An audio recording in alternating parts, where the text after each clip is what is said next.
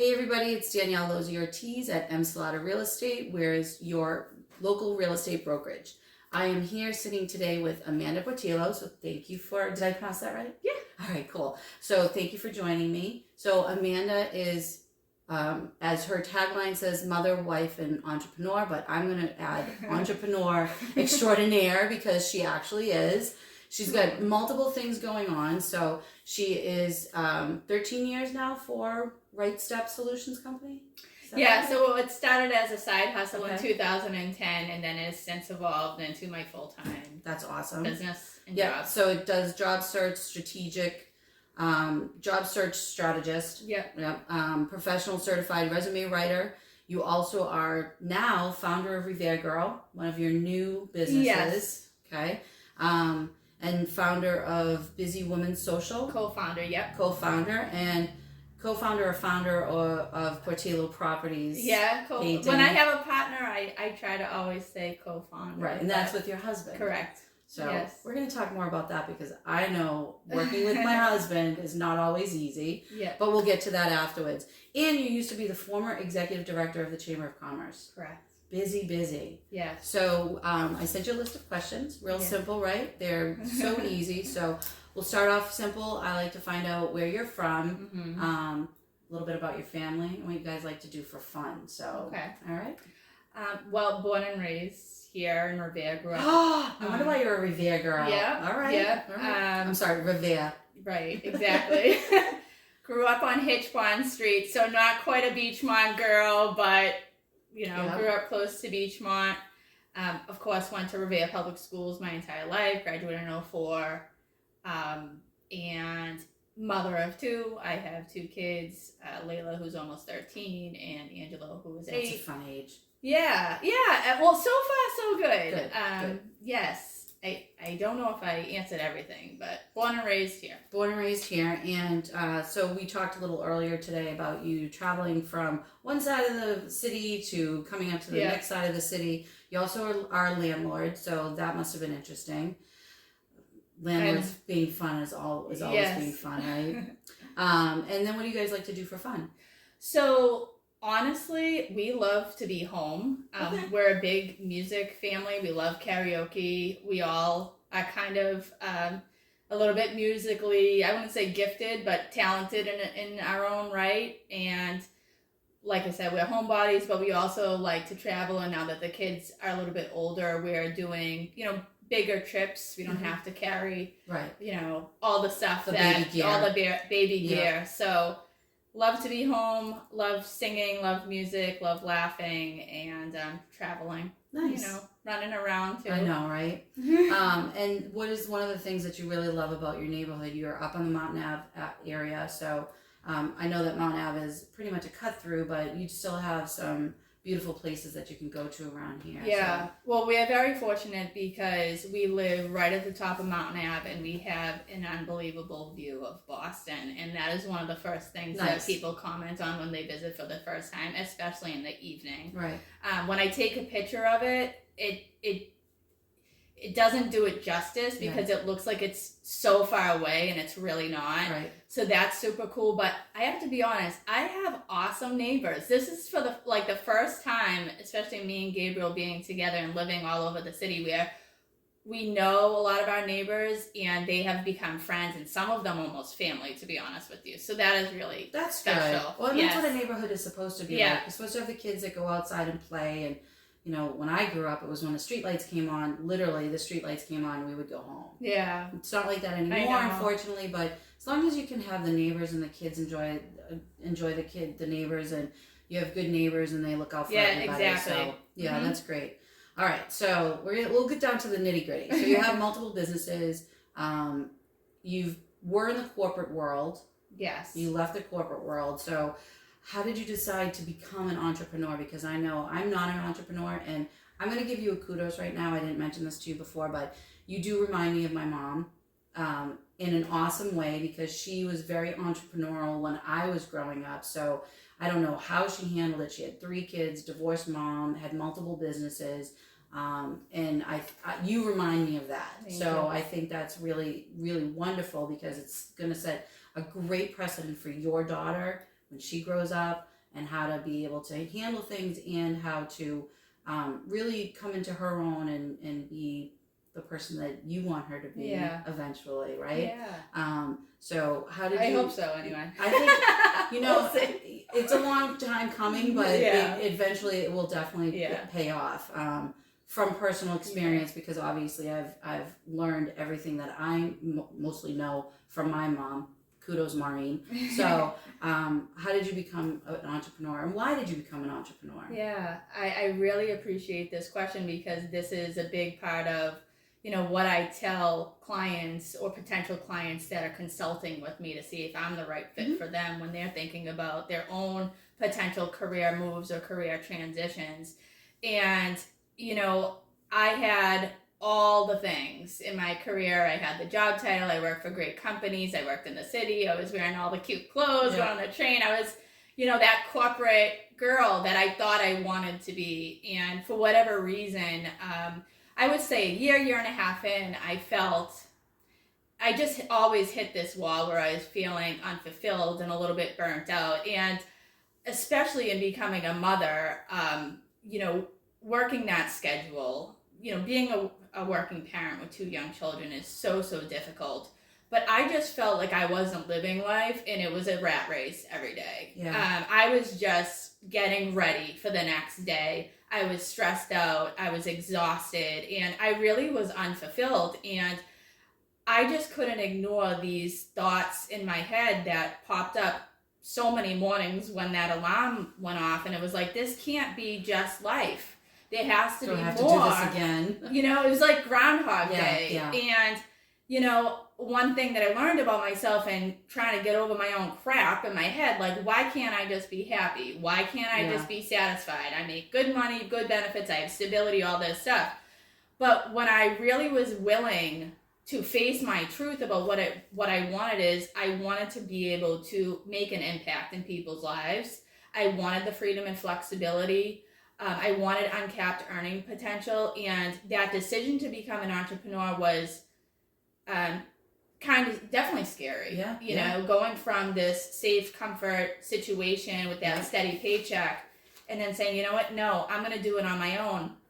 But there were so many challenges that I had overcome in my personal life that I reminded myself of that and said, if I could get through that, I know I can do this. I know I can do this. And once you make that decision, and this is, again, something I talk to my clients about, is making wholehearted, committed decisions is really key. Because when we're going back and forth and we're limbo and we're not fully there, nothing's going to change.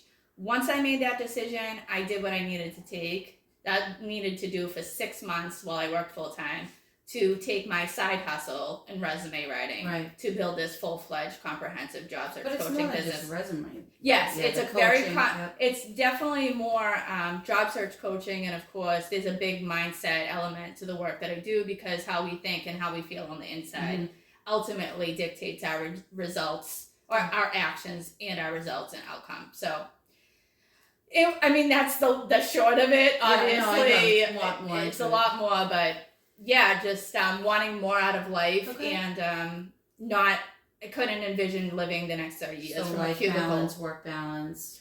Yeah, and purpose. Purpose is really key. Helping people. Yeah. So, for running the businesses, again, running the painting company or management company with your husband, and the business coaching, and now Rever Girl, and being a mom, how do you manage all of that? Yeah, I think people will be really, really surprised, and I appreciate this question because I never know. You know, I'm very active on social media, and I think people think I love social media, and I don't. Well, it's funny because it's usually the complete opposite. Of when we're on there, it's like social media is fantasy world, but not. It's more for your business at this point. Right, exactly. Yeah. And it works. I mean, the messaging that I put out in social media and showing up consistently is ultimately how I earn a living. Sure. Not to say that I don't get referrals from businesses, but it's very important as a small business owner that you are showing up consistently. I know. I'm learning this. Yes. And I'm thanking you for that, because you're one of the first people that told me this. So, yes. And, how do I manage it all? So it's really important to know that my job search, and I apologize, my phone's going off, but my job search coaching business is my primary business. And then everything else, it's not full-time. Yeah. So I'm very, very fortunate that my husband really carries the brunt of the work with the painting company. I'm more of a support to him. Sure. Same with Bizzy Women Social. I have an amazing business partner. Her name's Lauren Maloney, who we grew up with and graduated together. And that is not a full-time thing. And of course, I have my support there. So having support has been key and instrumental. Sure. And Rever Girl is a fun thing that it's something that's fun, but it's not, my main focus. Mm-hmm. And it's an automated business, meaning that people can go to the online store, purchase a product, and then a third party designs it and ships it to them. So it's very, very hands off. But how do I still manage everything? And one thing is I'm incredibly good with time management. And you really have to be if you want to be a business owner. Yeah. And from 8:30 to 2, as I was saying to you, I am pedal to the metal in my businesses. I have a very clear picture of what I want my day to look like and my goals. But once I get my kids from school at 2:30, it's focused on being a mother. It's focused on taking care of my home and cooking dinner and taking my kids to where they need to go. And I think people will be a little surprised to hear that because they think I might be everywhere. Yeah. And certainly some days, I got to put in extra time. Yep. I'm not going to lie about that. But generally, I move my behinds from 8:30 to 2. Yeah, there's that misconception that people think that you're only working. Right. So I'm learning that time management is super important. I'm learning that time management is really key. Being a business owner for the first time, other than helping my husband with his business, which a lot we have in common, but I'm still trying to get that. Do you actually write down your schedule? Because I'm using my Google Calendar constantly. Yeah, and I don't know if this is me getting older or just being really busy, but everything has to go in my Google Calendar. And I have one main calendar where all business items are there, as well as personal stuff. And that is on my phone. But typically what I do as well is I will write down the top 3 things that need to get done that day. Sure. If whatever, everything else doesn't happen, it's okay, but these 3 things have to get done, and I typically will write those down in the morning. That's good. What is it that you love most about being an entrepreneur? So much. Again, really having that choice in terms of where I want to allocate my time and what I want to do, and that can involve taking trainings that I want, going to conferences, joining a group coaching program that I am a part of. I'm also part of in a program. Just how I want to structure my time in my day is really awesome. Having the freedom and flexibility to work where and whenever I please is great. But really it comes down to being able to make a difference in people's lives. It's not just about helping somebody get a job. It's about helping them to reduce stress and anxiety and depression, or earning more income to support their family, to be able to enjoy life more. So I'm very fortunate, especially when it comes to my job search coaching business, that this is the work that I get to do every day. That's awesome. And you meet some great people too. Yes. So how long is your programs usually for, when they do the coaching part of it? So I have... it's not just resume writing. Right. There's a lot more to it. That's an element of it. So I have a signature job search coaching and training program called the Job Offer Accelerator. It is a 90-day group program, which is really, really cool because my clients get to interact and network with others that are going through a really similar process. And there's 3 main components or objectives to this program and why it is so effective. And number 1 is helping people to transform their mindset, because anytime we're looking to embark upon a significant transition in our lives, especially career, it's going to bring up... months ago. it's gonna bring up a lot of crap. Yeah, and from people that you wouldn't expect. I'm talking like CFOs and leaders of nonprofits and like these amazing people, but they're struggling internally. Yeah, of course. And there's so much fear that a company's making the decision to embark upon. And you've already lived it. Yes. So yes. And you do continued training for this? Yeah, so that's step number one. The second element is helping them gain clarity on what it is that they should be targeting, and then the final stage or objective is implementing a multi-pronged strategy to actually accelerate results. And the documents, again, that's where those documents come into play, because you can't execute a job search strategy without a really amazing resume and cover letter and LinkedIn and all that stuff. Those are your marketing materials. So when you go to launch yourself, you got to make sure that that's looking good. Yeah. Perception is everything. Yeah. But we look good, so that's all that matters. And I make people look really good. But it's all truthful. It's always truthful. Yeah, I mean, because they have to live it. Yeah. They have to live, they have to walk the walk. Or walk the talk, talk the walk. Yeah. And sometimes when I present them their final documents, it's really like, oh my God, is this me? But it is me. Yeah. That makes sense. Yeah. I mean, we have one other business that you want to promote. So Rever Girl is. Yeah, I want to share a little bit about Rever Girl, and I know that, which is so great. A lot of women in the city have been curious about where do I get these shirts. I just want to say, what the mission is behind Rever Girl and. Or the story behind it, if it's okay for you. Yeah, absolutely. So you mentioned that I was very fortunate to be the executive director for the chamber for a couple years. In our first kickoff event, I made this shirt for myself on Etsy. I just wanted something cute and like to share my pride, not just as being from Revere, but a woman that grew up in this city. And the shirt got a lot of attention, and that shirt was sold, and then it stopped for a while. And now that I had a little bit of kind of bandwidth and I discovered a way to make this automated, I launched the brand. So it's mainly an online store, but really the purpose behind it is to just allow other women to showcase their pride for the city that played a significant role in making them who they are.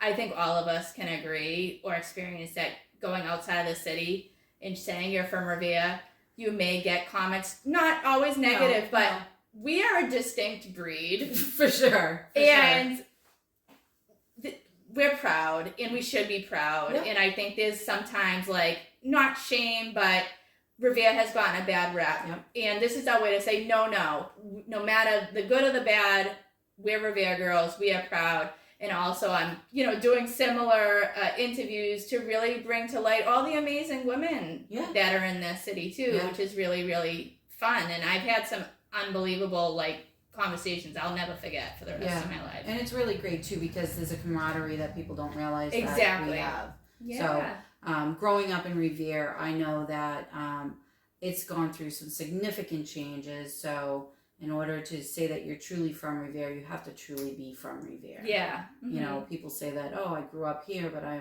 live in Revere now. It's like, okay, but it's not the same thing. Yeah. You've witnessed changes just like I have through the years. So definitely, it's great to see that the diversity now that we have going on in the city versus when I grew up, when there wasn't any diversity. So this is really the most important question, because this is all about local. Why is it important to you for people to shop locally? Obviously, you're a local girl, so we want to find out what your opinion is of shopping local. I mean, this kind of ties more into the work that I do with Bizzy Women Social as well, because that's really our mission. Is we produce really amazing social and experiential and community-driven markets that showcase specifically women in business across Greater Boston, small business owners.